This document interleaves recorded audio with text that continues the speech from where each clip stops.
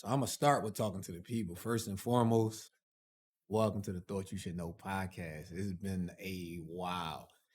Great feedback, great uh support without there even being a product out there since I announced about a year ago now. So that's big. That was amazing to just have y'all with me through that. So we're gonna get into some what y'all missed with me first and foremost, or what I just didn't put out there since the last time I've recorded. I mean, it's been now May 2020, May 27th, May 26th, last time I recorded a podcast. So it's been a while.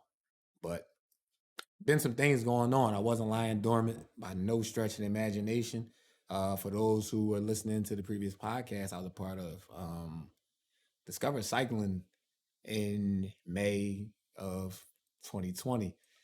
Did two more episodes since I got on the bike, and just things just wouldn't align themselves with how I was trying to dedicate my time to that, with giving a podcast, especially a podcast that involved others, the time that it needed for real.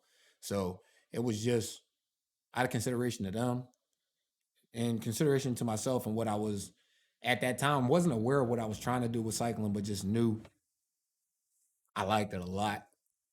I realized fairly early that I was at least okay at it. I won't say I was good at it initially, but that was something that was going to take up some time. Um, and it was going to take up some time that I needed to first dedicate to figuring out what exactly I was doing in it.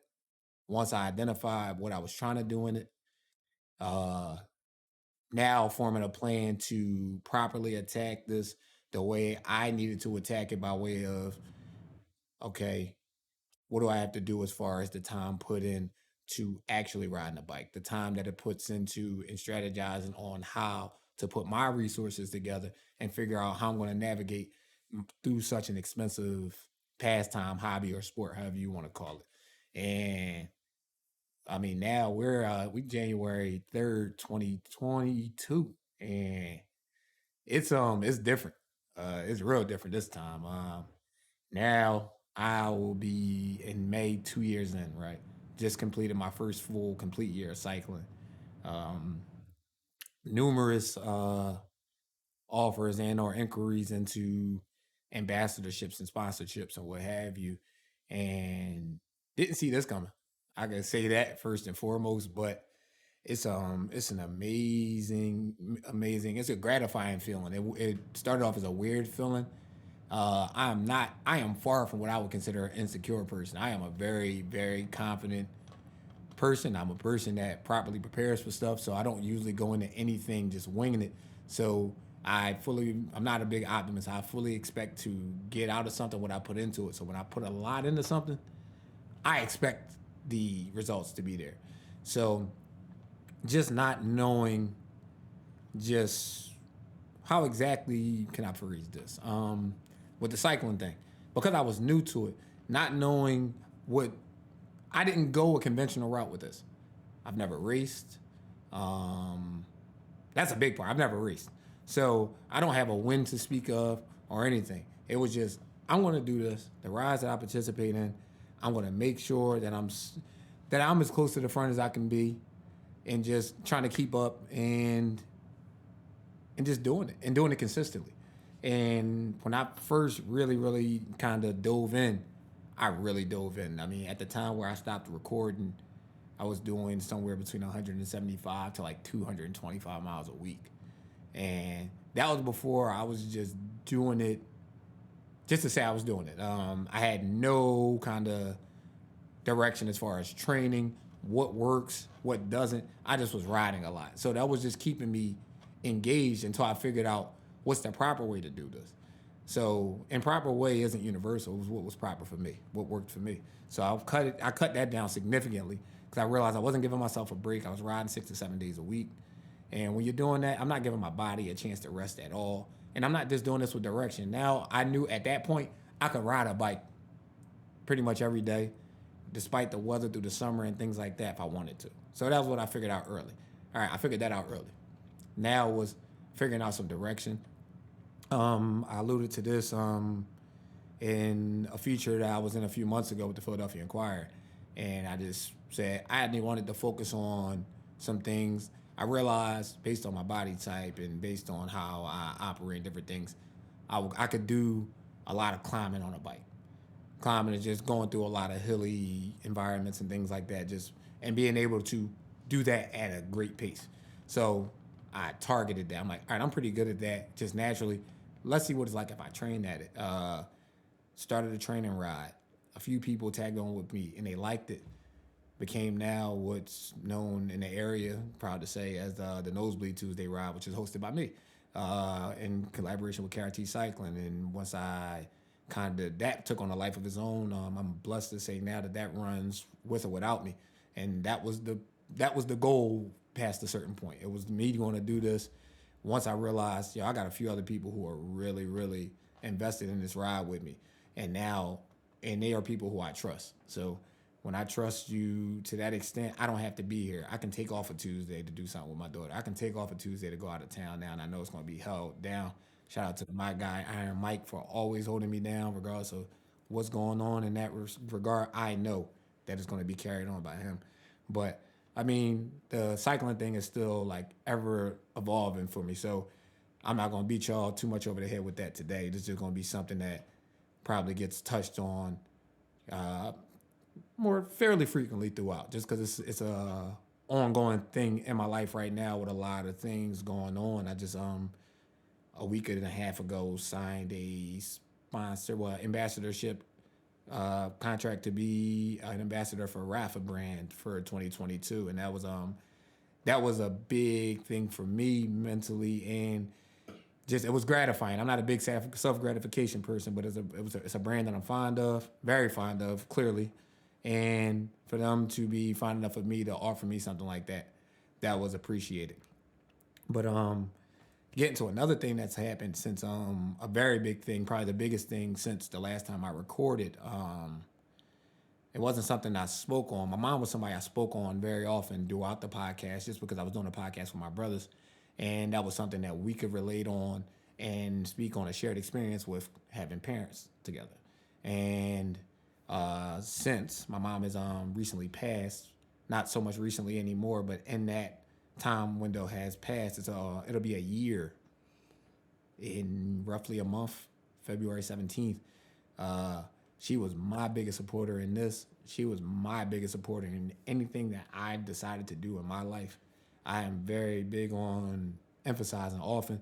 I never had parents who told us what to do. I had parents who raised us to be a certain way. And whatever we wanted to do, they trusted that their teachings kind of reflected on us that it wasn't some, excuse my language, it wasn't bullshit.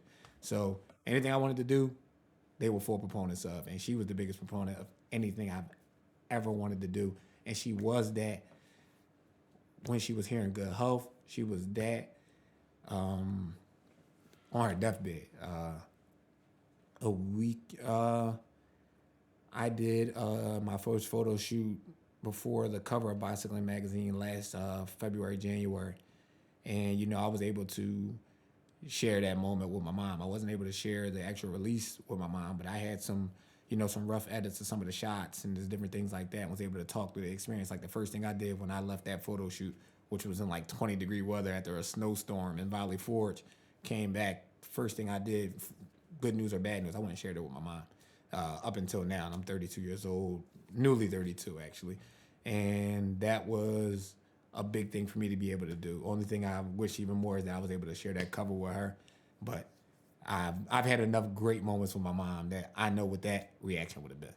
So, I'm a reflection, a big reflection of her and my dad, uh, and how they allowed us to maneuver around and just try stuff. And I was always a person who tried things, and by way of that, I've always ended up in different things. And people say, "How you're so good at so many different things?" And it's just like, it's not that even so much I'm good at so many different things. I just tried different stuff, and once you're somebody's introduction to something, you might be the bar for what they think is good. So you do not even know might have no real frame of reference of what good is in that actual space. And if you're not a person that's comfortable with yourself, you'll start having like some imposter syndrome type things going on with you in a way. And I had it briefly, I'll say, with so many people that's like, oh man, you're really good at this, you're really good at that. And I'm just like, in comparison to the people who I thought were good at those things, I wasn't shit. So that became like a thing for a little while. And I'm pretty sure I don't have to really even dive too deep into this because I got into this on the previous podcast. And this was very early in the pandemic. We're approaching year two in a month and a half, 2 months. It'll be 2 years that we've been in the pandemic. And just speaking on the effects of mental health and how now some people who have never had time to really, really think into things for themselves have had nothing but time. I'm a person who worked at a job for 6 years and then go on to get a word that you're going on a 2 week break, and it's now almost been 2 years, and I've just had to, completely re-steer and redirect, what I was going to do with myself, and it was one of the biggest blessings of my life. It was the first time I can say that I've had real time to myself since I was like 20. Since I was about 20, 21, I had a kid. Now things happened with that, and I just had to be. I'm like, I gotta work. You know what I'm saying? I gotta work. Then I got to a place where the work wasn't. It was a lot of lateral movement. It wasn't much progression. I'm gonna go back to school. Then I went back to school full time and worked. So it was just the pandemic was the slowdown that I needed personally. I know that for a fact. The cycling is a prime example of that. At that time, I got the pandemic happened about 4 months after I found out my mom was sick. Having the time that I had, I wouldn't have had time with my mom in her last days if this didn't happen. So this was really, really, really a hard reset for some people in good ways and for some in bad ways. I know now through different relationships I had with people who's going to be fine when this finally passes.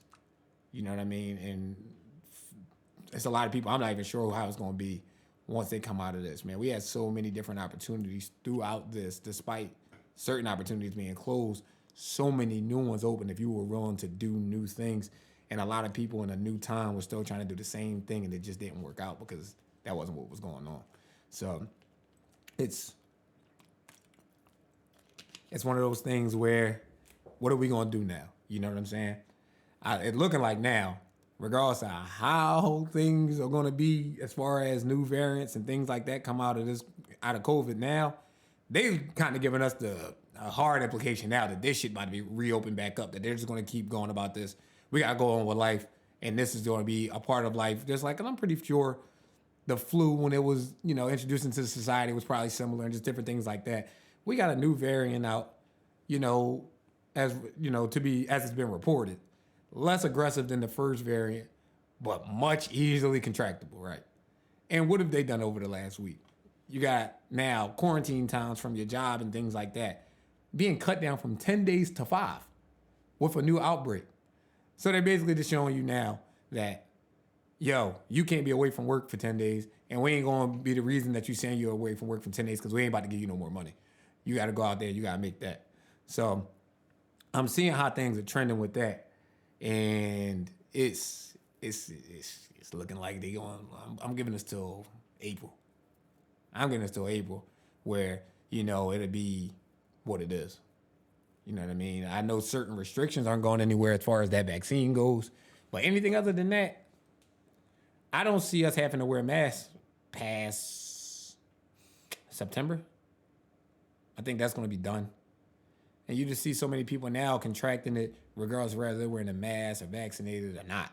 So it's nothing that they're telling us needs to be done is the end all be all of you not contracting it or not. And once they just, whatever reason they have to, push this in the way that it's being pushed, and this isn't anti-vaxxer talk by no stretch. It's just realistic about just being out here in the world and living in a major American city and just being aware of what's going on out here, because I know different people who work in a lot of different industries, and there's a lot of conflicting information being given just by way of what field you might work in. And that's not how that goes for something that affects everybody. But right now, things are, like I said, if you kind of took a certain approach, I guess, in these times and locked in with something, You should be seeing some results by now, man. I'm just right now. It's been a great time for me. Like it's probably the best that I've felt since losing my mom, for sure. Um, it's been one of the first times I've been able to say if somebody asks me how I'm doing, say I'm good and meant it. It's that's something I want to clap up for myself for because when I wasn't good, I wasn't good. But I was pushing through it. A lot of people who aren't good on the regular, and this is a thing that I know I cannot be the only person that goes through. It's not even logical to think, but I'm a lot of people's crutch as far as just mental and emotionally supportive. Right, I'm a person that people who are not doing too well as far as different parts things in life go, as far as societal standards go, and people are doing very well. I'm a person that they call because I'm not a yes man. I'm going to listen to you. And if you're really asking me, I'm really going to give you my honest opinion. And a lot of people value that. But when you've never actually took time out to find that person for yourself, and then you get to a place in life and a space in life where you need it, that is a really hard thing to balance out because how do you tell a person who you've always been there supporting for that you don't want to hear that shit right now? You know what I mean? That, or not even so much that you don't want to hear it right now. I can't handle hearing that shit right now. You know what I mean? So I say often that usually when a person asks a person how they doing, they don't really want to hear, yeah, not too good, man. They want to hear, like, I'm doing all right, because usually I've seen and I've experienced that usually that's a person trying to find out what was good about shit day to kind of rub off on them because they had a shitty day. You know what I mean? So it's just that is a life ain't simple. That's another thing that the pandemic showed clearly. Life is not simple at all. But in fairness to all of us, we have people to help balance and simplify shit. Even though I'm saying life isn't easy, life is a lot simpler than we make it in most cases. So how do you simplify this to make your existence and the existence of those who depend upon you as simple as it can be? And yeah, how? You know what I'm saying? But all things being equal, as far as my reentry into this space, I'm happy to be back. Um, it was something that I didn't come back at the time where I first announced that I was going to be releasing the podcast because I wasn't mentally there yet to give y'all the the product that y'all deserve and a product that I know I can give y'all. So it felt good to be back. For those who have been, supportive of me, because I had a lot of different rollout plans that I've shared with certain people in confidence that I know for a fact if I called y'all, it would have been, let's go, let's do that. But I had the urge today. And I'm like, man, let me go do this shit. So I got some great, I got some great people lined up that gonna come on here and share a platform with me. Some that y'all are very aware of within this podcast. I mean, within the podcast realm. Some who are just some people doing great things in the city. Some outside of the city that I feel like y'all should know. So that's gonna be a big part. That's why this is the Thought You Should Know podcast. Even though I'm Deeq Be Knowing and all that shit is cool, I want to introduce y'all to some things and some people that I feel like y'all should know who are some of the best kept secrets in what they do and are willing to give y'all some game. And I'm hoping that I can help be a platform that breaks a person who's already doing some great stuff to the masses. So that's what we're gonna be doing.